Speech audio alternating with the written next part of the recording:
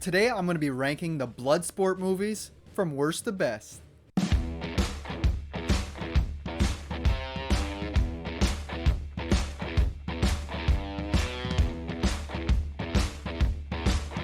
Hey guys, welcome back to the channel. Hope you're having a good one today. I'm the movie ranker and today I'm ranking all 5 Bloodsport movies from worst to best.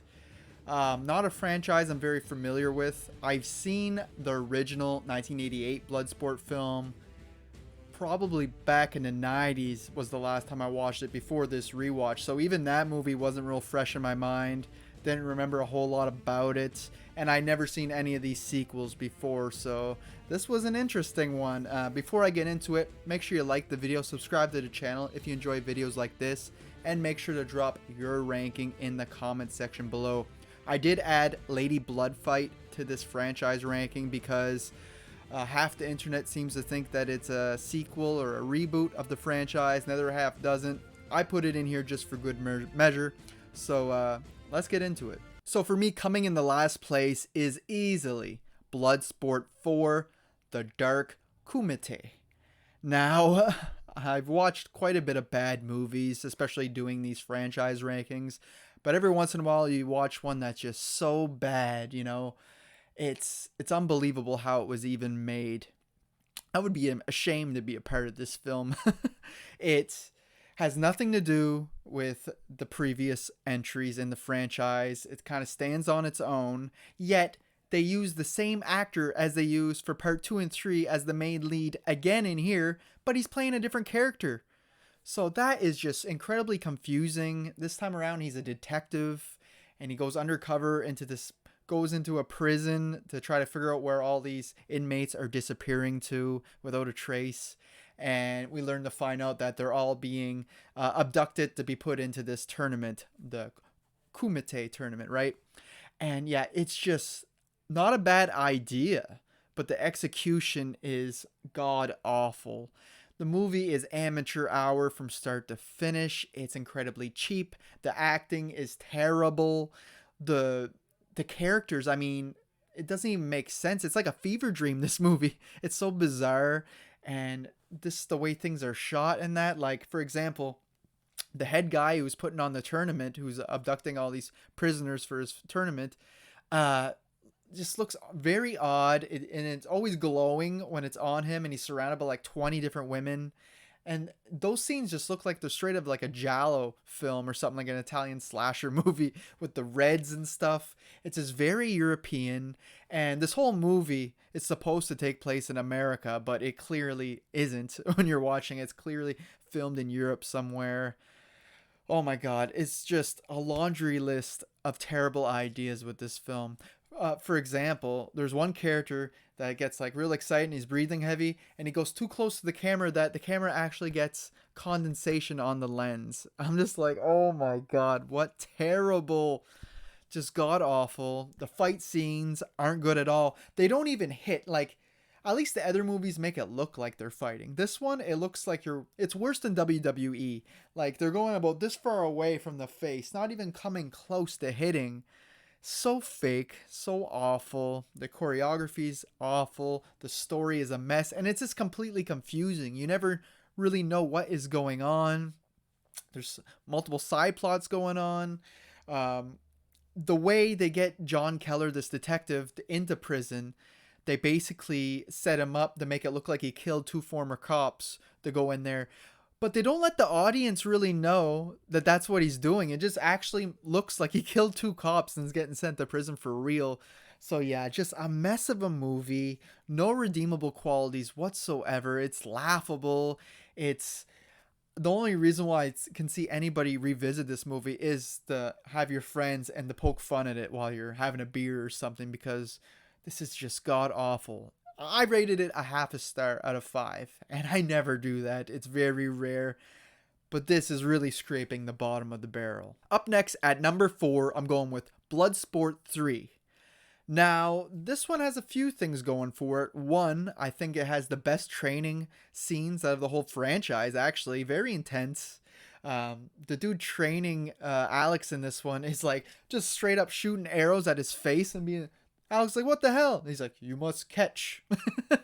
And like tying his legs to like cows and almost ripping him in half and stuff.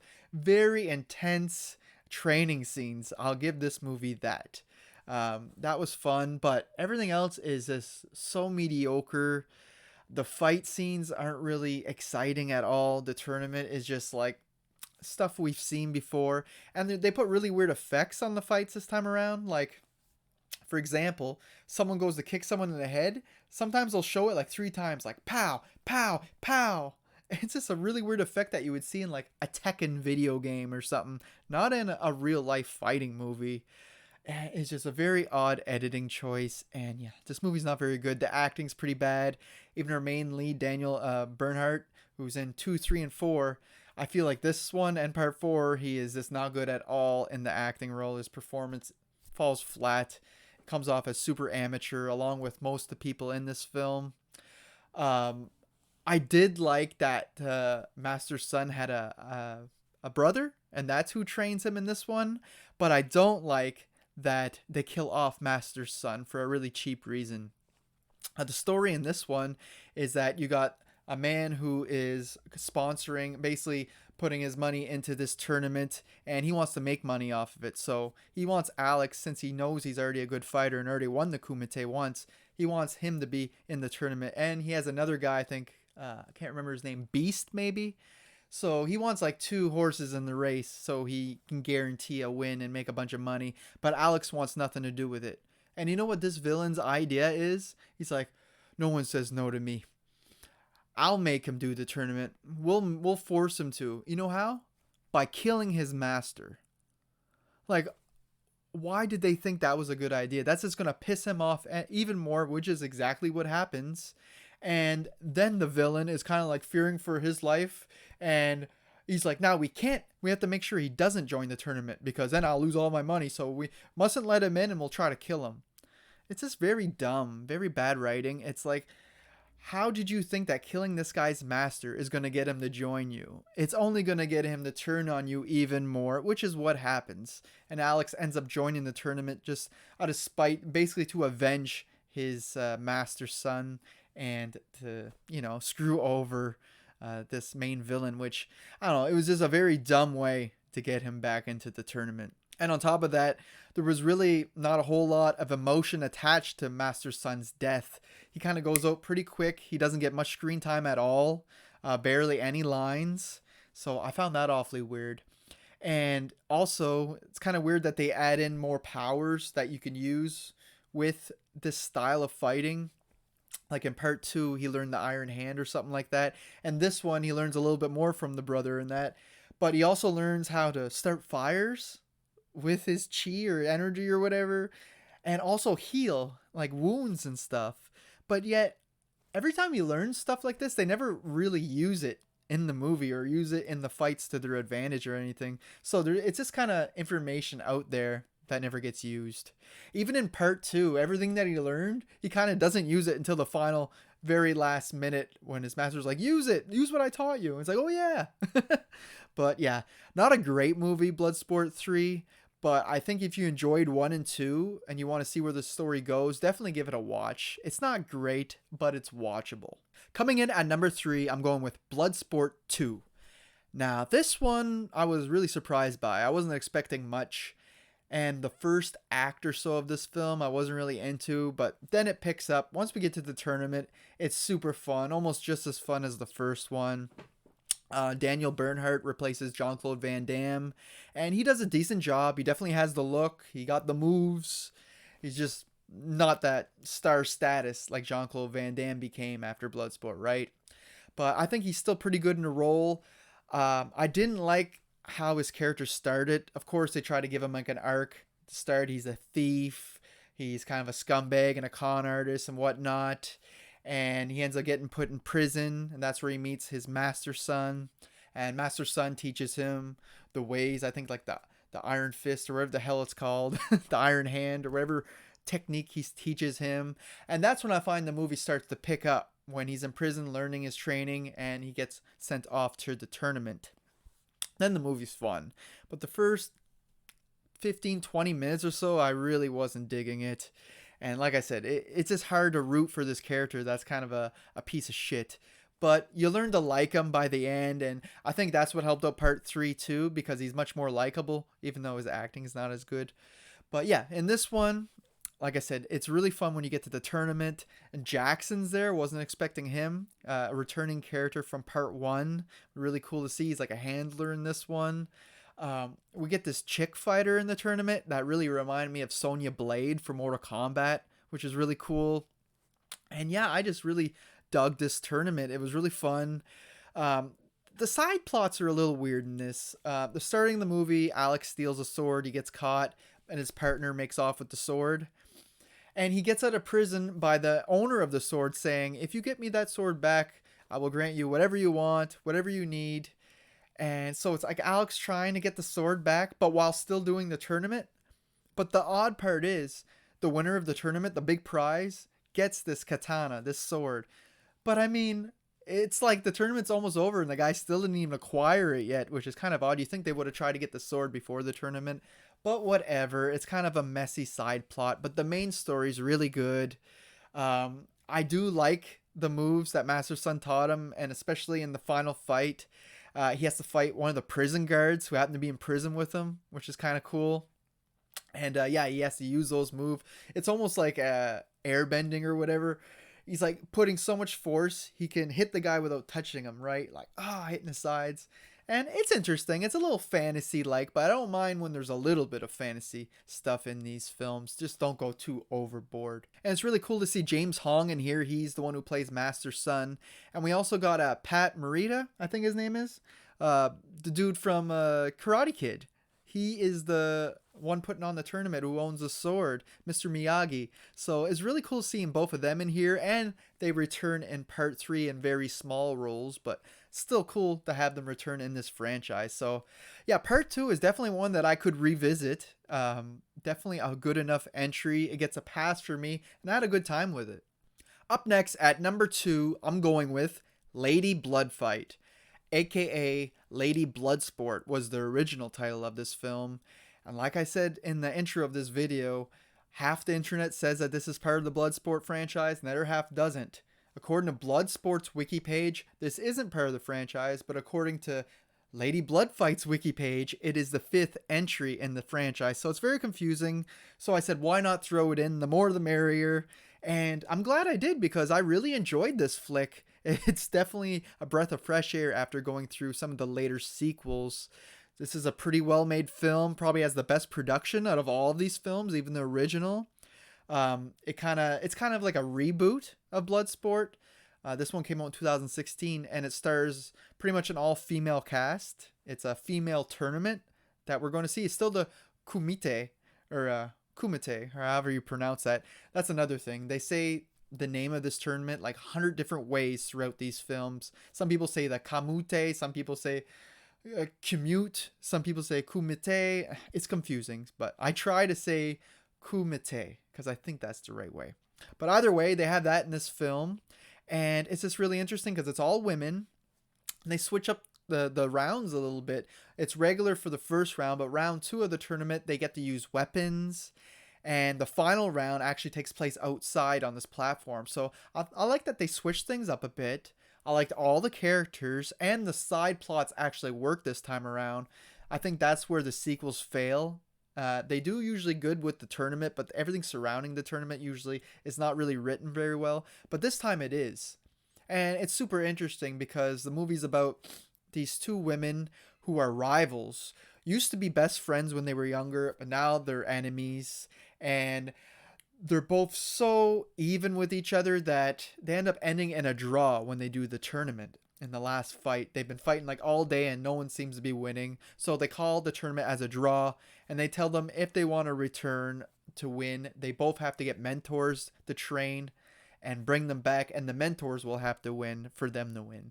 And this is an interesting little concept. So both these masters have to find these women, and one of them find this American girl, our main lead, played by Amy Johnston, I think her name is. Yeah, Amy Johnston. I don't know her, but I really liked her in this role. I thought she did great, and she's kind of the Van Damme, and she has to learn how to become a better fighter. She can already kind of kick ass, But yeah, she's kind of set up to do this tournament, and she has this nice little side plot about her father being in the tournament in the past, but she never did find out if he won or whatever happened to him.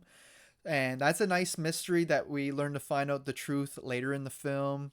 And the whole mystery behind the two masters who are training these girls to fight, how they ended up in a feud and how they were friends before, all that is super interesting and really well written. Like I said, that's what kept me engaged throughout. And on top of that, the fighting is pretty kick-ass in here too. 80% of the time, the fighting looks really good. You get nice punches and kicks, lots of blood, which is something this franchise lacks for being called Bloodsport. There's really not a lot of gore or blood in this franchise at all. We get a bit with the first film. The other films got maybe a cupful of blood if you're lucky, but this one kind of brought that back, brought the violence back, and I really appreciated that. The only little nitpick I have with the fighting is sometimes it can get a little bit crazy with the shaky cam and the zoom ins, but not all the time. Sometimes the fighting choreography is always great, but the camera work is actually really nice. So yeah, I appreciated that. I liked all the characters. I liked all those side stories going on, and there's like a little twist near the end, and it's a great fighting movie. So to me, this one kind of blew me away, and I can see people have this as number one in the franchise easily, especially if you're into a more modern type action flick. This is for you. If you're not into the 80s cheese, that especially the campiness that comes with the 80s films, then maybe this one's more for you. But if not, of course, maybe you'll go with the original. But I just like that we have the options, and this one is definitely worth a watch for all you Bloodsport fans, especially if you never heard of it before. But for me, coming in the first place, I have to give it to the classic 1988 film Bloodsport, starring Jean-Claude Van Damme in his first big role. Now, I never knew that. I thought this was after he was already a star or whatever, but no, apparently this was his first big release. He was in a few things before this, but nothing major. And it's just a really fun movie. There is a lot of 80s cheesiness in here though, but I'm all here for it. I love 80s films, so it just worked for me. Like I said in the intro of this video, last time I watched this was probably in the late 90s when I was really young. I was probably on like 9 or 10. And I remember really enjoying it back then, but I barely remembered anything about it. But revisiting it now in the future, I had a really fun time with it. I really like the whole story. It moves at a really fast pace. 10 minutes in, we're already training, and it just goes right to the tournament basically pretty quickly, which I really enjoyed. The tournament, man, this one doesn't hold back. We got people just beating the shit out of each other. I love the villain, Chong Li. This big Asian dude that just looks like he wants to kill everybody. And he is known to kill people in the past in the tournament. And he's the previous champion. So he has a lot on his shoulders. And he's just really iconic, his look, I find. He doesn't get much lines or nothing, but it's really badass watching him fight. I love Jean-Claude Van Damme in here, of course, as Frank Dukes. He does a great job. It's funny when he like does the brick trick, hits the top one and the bottom one explodes. And like him and Chong Li, the villain, it's like they have no competition until the end of the film when they have to fight each other. They're just so strong, so powerful, and such good fighters that you're like, whew, ashamed for anybody to have to go up against him because they're going to get their ass kicked. And Jackson brings a cool side to this story too. He like becomes buddies with Frank over playing an arcade karate game or whatever, a kung fu game on arcade, which is a lot of fun. And yeah, what really sells the fights in this movie though is the score, the musical score. It just adds so much to the fights. The fights wouldn't be nothing without the beautiful score in this. It's just really great drum beats in that go with it. I feel like all the sequels are very generic when it comes to the score and the music, but this one really stood out to me. But the most interesting thing about this movie is when it finishes and the credits come up, it says based on a true story. And you're like, what? And it says like Frank Dukes was a real person who really did all these things. And in the movie, he leaves the army, runs away from the army to join this tournament. And throughout, you got the side plot of the army trying to get him back to the States. and he says he'll go back, but wait till the tournament's done and all that. And that makes for an interesting side plot. And you got a few good chase scenes with those army guys trying to chase him and catch him. But yeah, at the end of this movie, it explains that, yeah, this was all real. And Frank in real life had 395 matches undefeated in the last 5 years and a bunch of ridiculous facts. And I just couldn't help myself after the movie. I was doing research and looking up about this guy. I was like, is this real? Can it be real? And apparently it sounds like the guy was just lying through his teeth. But that just adds like a whole nother thing to this film, how it's based on a true story and how this guy posted in a magazine in the 70s how he really did this and really won the tournament, but this tournament's secret, so you can never really find out about it. It just makes for a really interesting discussion and adds like a whole nother layer to this film, you know. But in the end, I think that this is the best entry in the franchise, or at least my favorite. But I can, like I said earlier, I can see how people have Lady Bloodfight over this one. But I just personally love the 80s aesthetics to it, the soundtrack, the fights, the cast, everything kind of works for me. So it easily comes in the first place in this ranking. So there you have it, guys. There's my ranking of all 5 Bloodsport movies. I hope you enjoyed it. Make sure you drop your ranking in the comments section. You can follow me on Instagram and Letterboxd. Links to those are always in the description of this video. And if you enjoyed this video, make sure to give a thumbs up, subscribe to the channel for future rankings, and until next time, thanks for watching.